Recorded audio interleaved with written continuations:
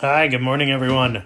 Welcome to lecture number 25. So, today we're going to be talking about water on Mars almost exclusively. We hope you're all doing safe out there, doing well. Without further ado, let's go ahead and get started. So, here's a thought question for you. Go ahead and push pause and think about this on your own for a moment. All right, so the correct answer here is all of the above. And we will discuss this in length on the next two slides. Although I will add at this point that we also see eroded craters as well as alluvial fans. Alluvial fans are where we see sediment deposited in the bottom of a lake or ocean from where a river dumps out into it. All right, so let's look at some of these things in detail. Part A from that previous slide was river valleys and networks. So here you can see a river valley network. This is called a dendritic valley network. And dendritic just means it looks like a tree, which means we start with this bigger part and it goes out to these smaller pieces, which then branch off into even smaller pieces and smaller and smaller. And that's very characteristic of river networks. Water flowing into larger and larger channels as it goes downhill. We can also see what looks like an old riverbed here. So it looks like lots of water was flowing actively on the surface. Some other examples of water flowing around on the surface are these rounded pebbles. Just like if you go to the river here in Humboldt County, many other places around, you will see small rounded pebbles that have been rounded out through erosion.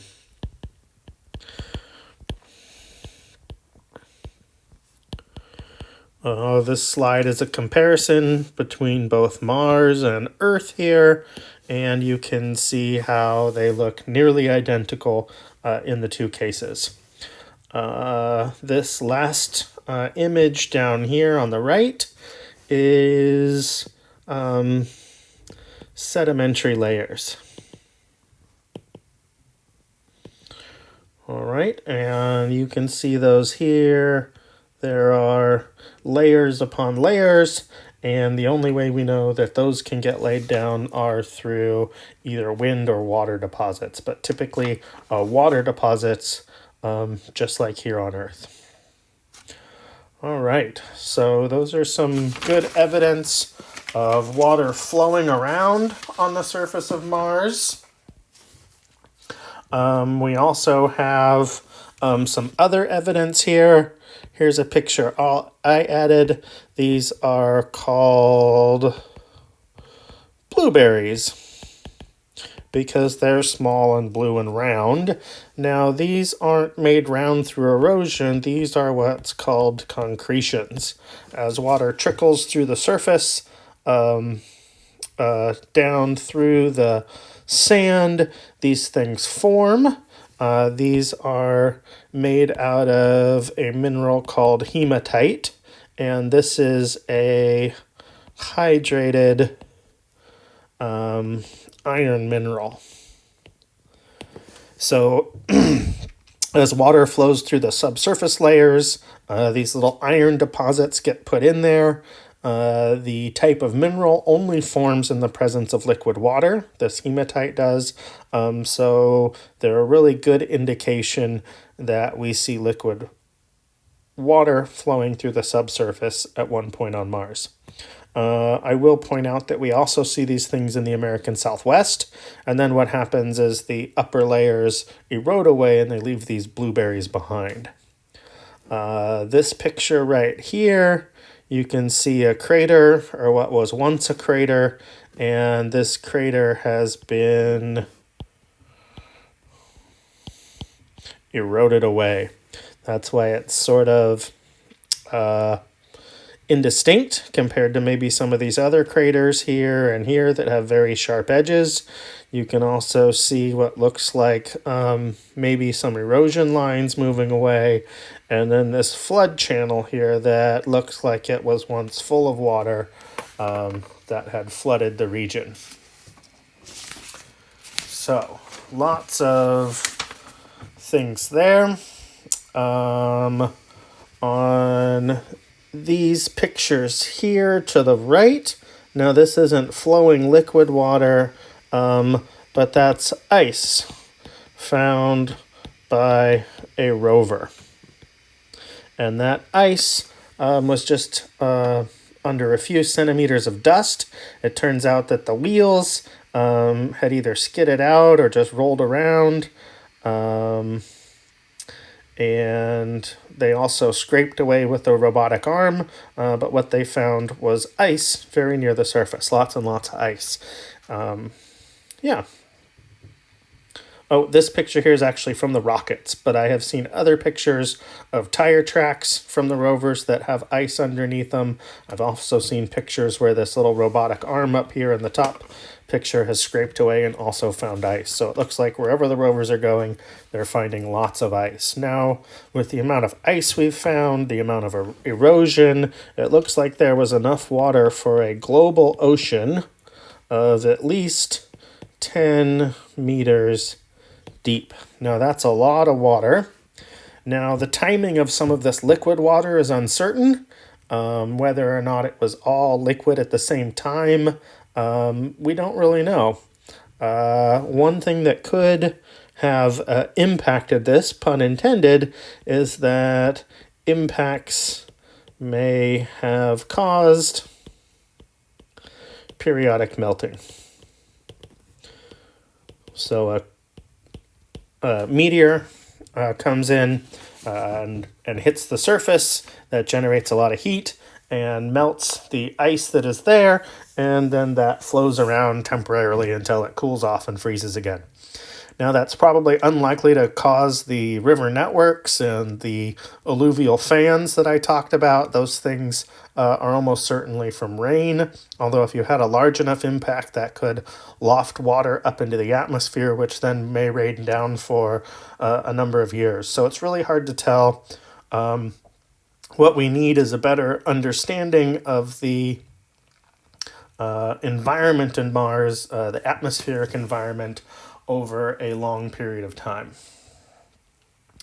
Now, this last slide here, at least looking at water features, now this is looking at current water on the surface of Mars. So this picture to the right is a little hard to tell what you're looking at, but this is a canyon wall, and I want to draw your attention to, let me get a different color here, these dark streaks that you can see down here. Now, these dark streaks are very interesting because they seem to be seasonal. Depending on the weather, we have more or less streaks. So these are seasonal dark streaks on hillsides. Now, the interpretation of this is that there's some subsurface water there, that the freezing temperature has maybe been lowered due to the addition of salts and what's known as perchlorates, which are a type of salt that are very common in the Martian soil. And then as the sun comes up, as the region warms up with the season, that these subsurface melts occur, and that leaches out into these hillsides. And so we think that this is melted water currently on Mars. These pictures are recent. Here's something that's pretty new within the last year or so. Mars Express spacecraft was sending radar down to the surface, and depending on the different reflections that they get back, they can tell that there are maybe oceans underneath the ice caps. So I'll write that radar data indicates that there are lakes under the ice sheets. And we have that here on Earth, so maybe not too surprising. Remember when we talked about Lake Vostok in Antarctica? And that is a lake underneath the ice. So it turns out that, and this was a good question in class, why are there lakes under there? And I couldn't answer it at the time, but I've looked into that since then. And these can be made liquid by heating from the bottom, so geothermal heating, radioactive decay down in the rocks. Also, with the intense pressures of the ice on top, that can also lower the freezing point. So a combination of the intense pressure from the ice and maybe some heating from below, as well as even some dissolved salts, like we talked about the perchlorates before. So this is really exciting. It turns out that there may be, while not abundant, there may be liquid water at or very near the surface of Mars today. So liquid water at or very near the surface today. That's huge. Remember, in all of our talks about life, back in, I believe it was chapter 6, we emphasized very heavily that life requires liquid water. So the fact that we're seeing it at or near the surface of Mars today indicates that there may still be life at or near the surface of Mars. So pretty cool stuff. All right, so I mentioned a few slides ago that in order to understand how much water was on Mars and when that water may have existed and how long it was there for, we really need to know about the history of the Martian atmosphere. So here's a question for you guys to think about a little bit. For water to have been stable on Mars in the past, what did we need? Temperature higher or lower? Atmospheric pressure higher or lower? So please pause the video for a moment and think about this on your own. All right, it turns out the correct answer is C. So Mars is very cold today. We've talked about that, I believe, last time, minus 50 degrees on average. So we need higher temperatures to melt the ice, to keep it liquid water. Now, if Mars had higher temperatures today, but the same pressure, that water would very quickly evaporate away.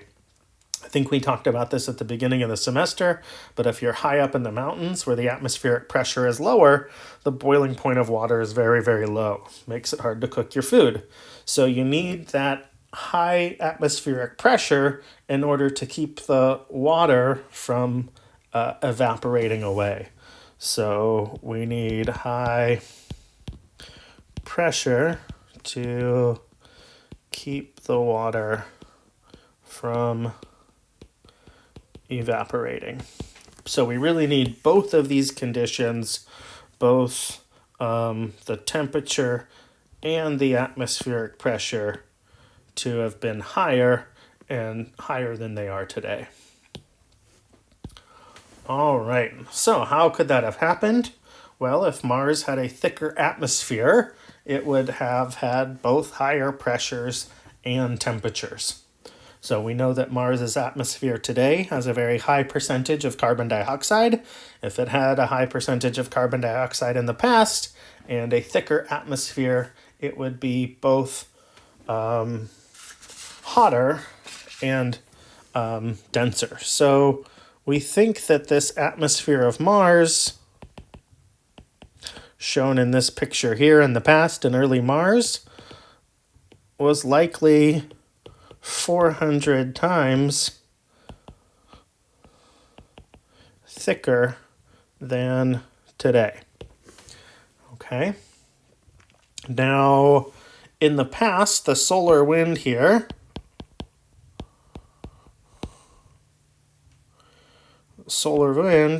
was prevented from stripping the atmosphere. And that was prevented by this magnetic field you see shown in pink here. So I'll go to pink and trace out some of these lines. These are the magnetic field lines. We have the north and south magnetic poles here. And that magnetic field, you can see the solar wind gets pushed right around the magnetic field. So it deflects those charged particles. Some of them do get funneled down and would likely have caused aurorae, like the northern and southern lights, but that process doesn't remove the atmosphere. So again, it was this global magnetic field protected the planet. Now it's likely that this is because the core was warmer and molten. So with a hot molten core, then the rotating planet, those two things combined can create a global magnetic field. And so what we think happened is that Mars cooled off. Remember, it's much smaller than Earth, and so it would have cooled off and the core froze. It became a solid. And once that happened, it lost its magnetic field. So it lost the magnetic field, and then it lost its atmosphere to the solar wind. So we can see here that solar wind is now much, much closer to the planet than it was before. Instead of being held off at some big distance, it's now very close to the planet and it's pulling all the atmosphere off of there. So now we still don't know the timing of this. How long does this process take? When might it have occurred?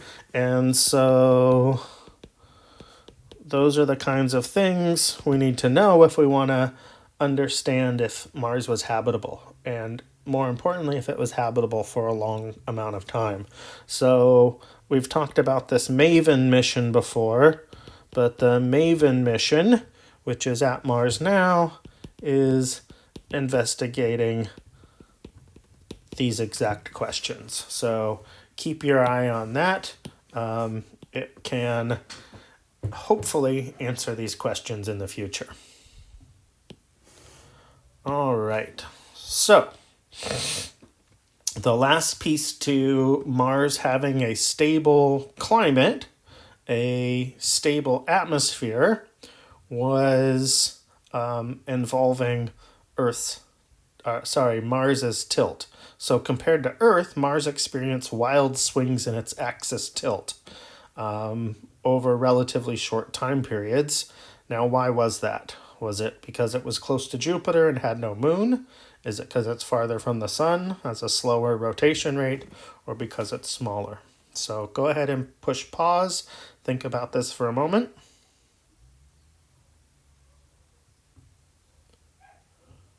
Welcome back. It turns out that the correct answer is A. And we'll take a look at the next slide for a quick explanation here. So here we can see two pictures of Mars. One here where it is highly tilted and one where the tilt is small. And so if you remember back to when we talked about Earth and climate a while ago, we talked about what's known as the Milankovitch cycle. And these cycles were various cycles in the eccentricity and the tilt. It turns out the tilt is one of the most important ones, and these things have an effect on the climate. So just for reference, Earth's tilt over the years has shifted from about 22 degrees to about 25 degrees, and it's currently at 23.5 degrees. Now, Mars's tilt, it's gone from 0 degrees to 60 degrees. So that's a huge change in the tilt. And so the problem with this is during times when it has a big tilt, that equals very extreme seasons.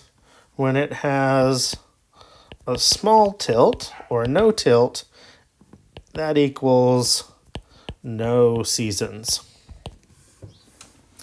And so, we talked about this before, but it's really Earth's moon prevents our tilt from changing too much. And so Mars has no large moon. It just has two very small potato-shaped moons, Phobos and Deimos. And so it doesn't have that stabilizing feature. Remember, the moon acts like an outrigger on a canoe, where we have the canoe here and long poles and a little outrigger, and that gives it stability. In a lot of ways, the moon is our outrigger. So another factor here is that Mars is much closer to Jupiter, and so Jupiter's push and pull make matters worse for Mars, at least in terms of the tilt. And so the big takeaway from this is that it goes from a big tilt to a small tilt. When it's having extreme seasons, the atmosphere is freezing out onto the poles and then not freezing out onto the poles. It's losing a lot of its atmosphere. When it has a small tilt, this process isn't happening. And so regardless of what the atmosphere was like, there was no stability in climate. Now, this is important for life. Remember, we talked about how on Earth, primitive life may have arisen very quickly within the first 500 million years or so, even 100 million years or so, but it took a long time for that life to evolve into things that were photosynthetic, even longer into multicellular organisms, into any kind of complexity. And so having no stability in the climate would have made it very, very difficult for early life forms to survive and evolve. So that's our talk today on on Mars's water, the history of Mars's water, and a little bit about the history of Mars's climate. So thank you very much. Have a good weekend. Stay safe and stay healthy out there.